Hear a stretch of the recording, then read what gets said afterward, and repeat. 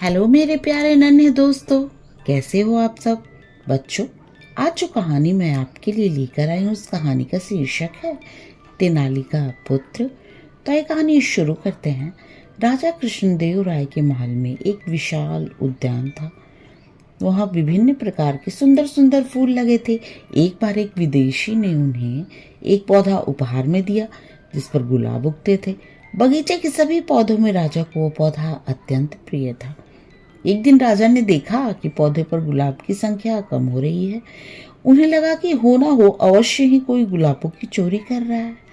उन्होंने पहरेदारों को सतर्क रहने तथा गुलाबों के चोर को पकड़ने का आदेश दिया। अगले दिन पहरेदारों ने चोर को रंगे हाथों पकड़ लिया। वो कोई और नहीं, तेनाली का पुत्र था। उस समय के नियमानुसार किसी भी चोर को जब पकड़ा जाता तो उसे विजयनगर की सड़कों पर घुमाया जाता था। अन्य लोगों की तरह तेनालीराम ने भी सुना कि उसके पुत्र को गुलाब चुराते हुए पकड़ा गया है।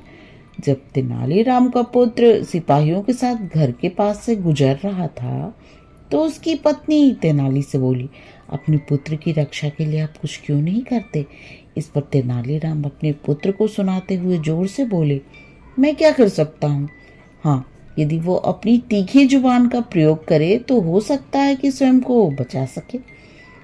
तेनालीराम के पुत्र ने जब ये जवाब सुना तो वो कुछ समझ नहीं पाया। वो सोचने लगा कि पिताजी, इस बात का आखिर क्या अर्थ हो सकता है। पिताजी ने जरूर उसे सुनाने के लिए ये बात इतनी जोर से बोला है, मगर तीखी जुबान के प्रयोग करने का क्या मतलब हो सकता है। यदि वो इसका अर्थ समझ जाए तो वो बच सकता है। कुछ क्षण पश्चात उसे समझ में आ गया कि पिता के कहने का क्या अर्थ है। अपनी तीखी जुबान को प्रयोग करने का अर्थ था कि वो मीठे गुलाबों को किसी को दिखाने से पहले ही खा ले। अब क्या था, वो धीरे धीरे गुलाब के फूलों को खाने लगा। इस प्रकार महल में पहुंचने से पहले ही वह सारे गुलाब खा गया और सिपाहियों ने उस पर कोई ध्यान भी नहीं दिया। दरबार में पहुंचकर सिपाहियों ने तेनालीराम के पुत्र को राजा के सामने प्रस्तुत किया और कहा, महाराज, इस लड़के को हमने गुलाब चुराते हुए रंगे हाथों पकड़ा है। अरे, इतना छोटा बालक और चोर, राजा ने आश्चर्य से पूछा।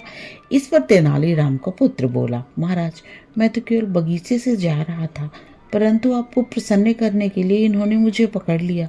मुझे लगता है कि वास्तव में ये स्वयं ही गुलाब चुराते होंगे। मैंने कोई गुलाब नहीं चुराया। क्या आपको मेरे हाथ में कोई गुलाब दिखाई दे रहा है।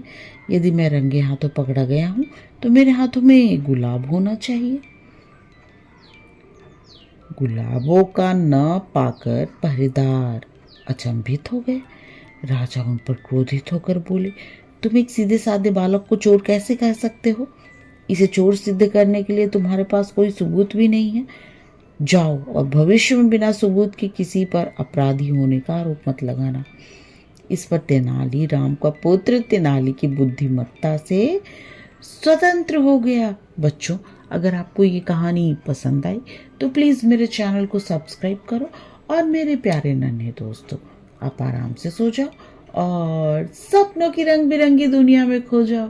गुड नाइट मेरे प्यारे नन्हे दोस्तों, गुड नाइट।